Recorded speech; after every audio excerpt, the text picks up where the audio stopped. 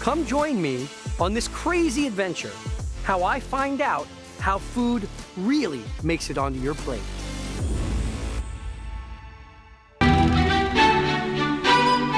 Up next is another one of Finland's huge cultural foods, mushrooms. They're used in soups and sauces, stews, pie fillings, everything. We heard about this ex-model who owns a hotel up in the north, Sammy Hoyer. So we decided to visit her and see if she could take me on a mushroom hunt. I run a hotel here at Punkaharju. This is the oldest hotel in Finland, actually, still running. And then this place is full of mushrooms and wild herbs. People love the nature in Finland. Mushrooms are one of those foods that have interested me because of the fact that there are these poisonous varieties that you have to avoid. So I couldn't wait to talk to someone like Sammy, who does this all the time.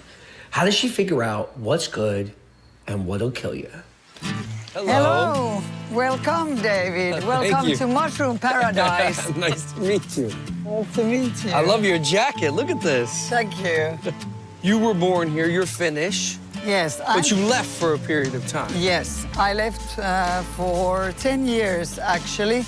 I think this is the best place in the world, even if I have been traveling so much. I wanted to come back home. It's nice to come home. So you would do mushrooming over everything? Why? I don't know. When I was a little girl, my grandmother brought me to the forest to pick up mushrooms, and I just fell in love with the taste of different mushrooms, because every type of mushroom tastes different. It's very good. Is it the soil? Is it the weather? What is it about here that makes the mushrooms great? Yeah, it's the soil, and then it's this kind of forest is really good for the mushrooms. So while Sammy has lived this huge life, she was a model in Paris and Milan and New York, some of her favorite memories are mushroom hunting with her grandmother. And you find this a lot with the Finns. When they have time off, they will choose to go for a walk in the woods. And there's always a woods at the edge of town, at the edge of city, 5 minutes walk over here, across the bridge. They love to go out in the wild and connect to the natural world around them. They find peace there. Where do you look for them in particular? Do certain mushrooms hang out in certain places? I saw them for a second. The brightness of it. And yeah, here everywhere, full of different mushrooms, this whole forest. Here should be the first chanterelles. Normally they come here, the first ones. What are these? These are chanterelles. Ah, I know those. Yes. First ones. Oh, look, right of this summer. Here they are. Is this a tool particularly for mushrooms? Yes. This is my knife. These are easy to clean, chanterelles, because they are normally quite clean. You want to do it? Yeah, please. Is this a good one to do? Yes. Okay. You know, I think mushrooms in America have this thing where, I guess because some of them are poisonous, then people are very nervous to go out and pick them themselves. Yes. Did you ever have that fear? Did you overcome that fear? Or? No, because I don't pick up the mushrooms. I don't know. There are 70 to 100,000 varieties of fungi, and mushrooms are the sex organs that are produced by 16,000 different varieties. Mushrooms look sluggish, but they're actually continually releasing tens of thousands of spores a second. The good news is there are only a few species that produce very poisonous mushrooms. The bad news is, if you found one, it would be the last mistake you ever made. The nutritional value is pretty high. They're very low in calories, so you actually can't go out into the woods and survive on just mushrooms. So I got all the mushrooms I needed, and now Sammy's assistant is gonna take me around for a couple other ingredients, because it seems like everything is growing wild on this property. So what are we looking for now? Strawberries? Yes, strawberries. Cool. So we're here to forage for wild strawberries. Now, American strawberries have been bred to be large and look pretty. But taste-wise, bigger isn't always better. Oh, Look at this. Right here. This flavor is incredible. It is like the strawberry that we know of in the supermarket times 1,000. Besides the strawberries, we also grab some tasty bilberries, as the Finns call them. Blueberries, as I know. So what's next? Is it sorrel or juniper? Juniper. Juniper, let's do it. So juniper, spruce, and wood sorrel. These are not ingredients. These are trees. All right, we have our juniper, we have our spruce, we have our strawberries. Wood sorrel next. Yes. Here's some. This is it right here? No, this one. I thought they were clovers. No. But what I remember from Yari's dish is that's pretty amazing. Next we have the nettle to fry yourself. These woods are heavy nettle. Yes, they sting you. I don't think she got the heavy nettle joke. Why would you want to eat stinging nettles? Luckily, Sophia has gloves for me. So we have our nettles. Yeah. I think our job is done here. Unfortunately, they have no horseradish. It's a little bit of a problem because it's one of the key ingredients. So I'll have to keep looking, find it some other place.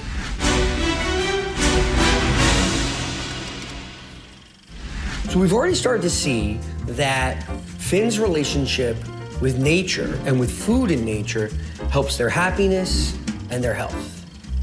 But how does it affect kids' education? So we've come to this playground to talk with teachers and parents about how feeding their kids helps them be smarter. So this is a community food program? What is this? Well, this is Helsinki City's way of giving all the children under 16 years a free lunch every day during the summer holiday. This is, so during the summer holiday, no one's even in school right now. This is the city giving people free lunches? Yeah, all the Amazing. children. This is very important for many families with small children. They meet their friends here, and they have easier days when they don't have to make 2 suppers. Yeah, I think it's very important that we have a free school meal every day, and also here at the park we have this free lunch during the day. So some school-age children come here during the day when the parents are at work, and they come here and get a healthy lunch. Well, I think that because these parks are nearby the nature is one that relieves stress. So it may be one way that it's easier to learn new things for children. Of course, for adults too. Pretty much come here in the morning and leave it in the afternoon, so the kids play in the park with their friends, and we have lunch here, and then I cook supper at home. People say Finland is the happiest country in the world. I can say that I am happy and my family is happy, so at least personally I think that is true. Finland has had universal free food in its schools since 1948. In contrast, the U.S. has a patchwork of school meal programs. And in most American school districts today, free food is available only to children from the lowest income families. Unlike Finnish children's food in American schools varies tremendously in quality. The Finns recognize that healthy kids who aren't hungry will do better in school. Not only is the food important to Finnish schools, they want to get their kids out into nature as much as possible. Its school days and school years are among the shortest in the industrialized world, which gives Finnish children more time outdoors. Maybe healthy, universal, free food for children and more time for those children to play outside in nature is one of the things that the U.S. could learn from Finland.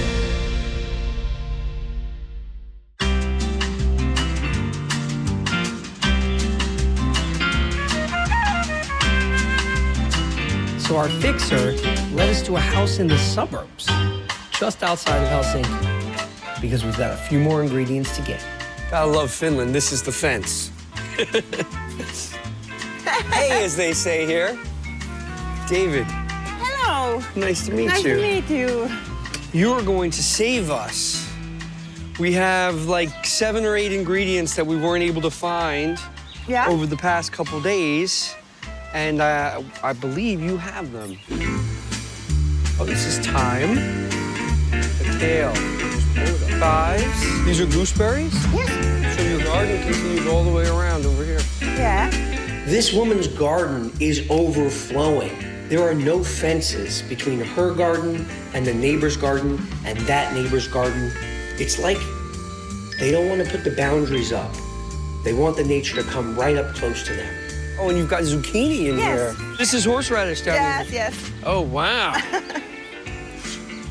I see why. Isn't easy work. I see why you told me to do this. Yeah. Okay. Yes, Boom, look at that. that. I love horseradish. So now I've foraged everything, and that turned out to be pretty easy. I could have probably just got everything in this garden in the suburbs. So after a hard morning gardening, I got invited in to try more rye. This time, it was a berry pie.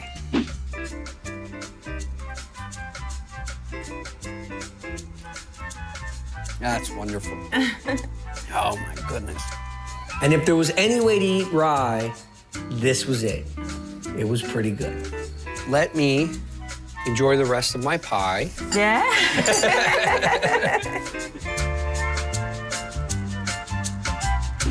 Okay, so I got everything we set out to get. Well, we added some mushrooms and a different fish, but we got them. Now it's back to Yari at Olo.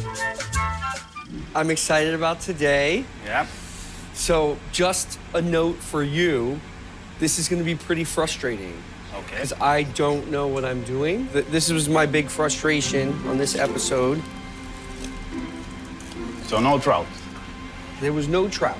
Okay. So we got some nice pike perch and Yeah. a pike. And this is a pike. Yeah. Can you do anything with this? We can try. Okay.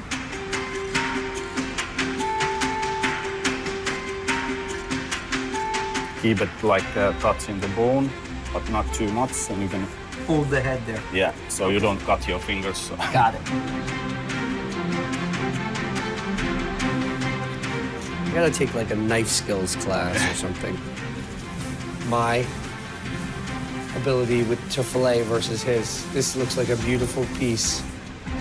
And this looks like someone ate part of my fish. I really wanted that trout to bring back, but I'm excited he's gonna try something with this pike.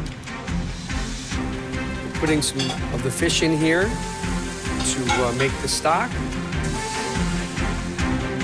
He had an experience with pike in the past. He was in a competition. Yeah. Yeah. There was pike was one ingredient, and I started with the dessert first, and I put the pike in the fridge, which after 1 hour I realized that it was a blast freezer. So when I came back, it was totally frozen.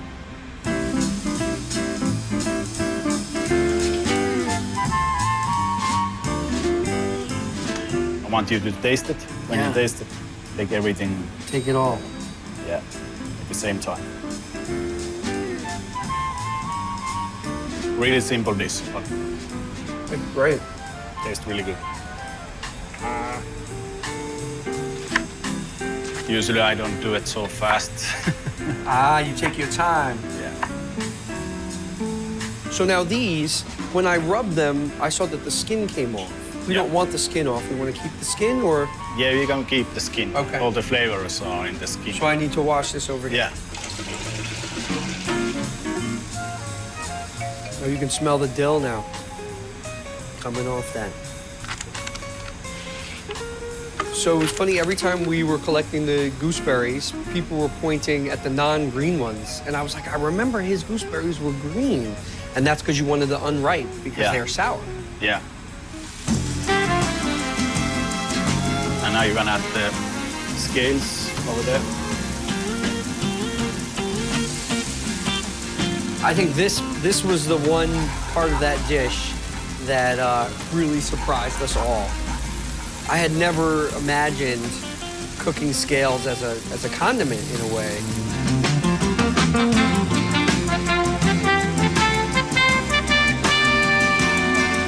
And now for the horseradish and liquid nitrogen.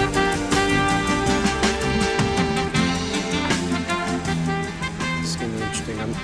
I'm not a huge mushroom fan, but I imagine anything that's coming out of this kitchen is going to be really great. Oh, that's good. I think it's really good. Looks a little bit funky, but it doesn't matter. Tastes great. Yeah. No. So we can serve those with the potatoes. Okay. This is delicious. I now know there's one dish I can eat with mushrooms. Yeah. I was thinking that we're gonna keep this dish very, very simple. You just put 1 spoonful of the rocks middle of the pike perch. And obviously it's a very light dish, but lack of flavor. Oh, that is wonderful. So we're about to make this spruce ice cream.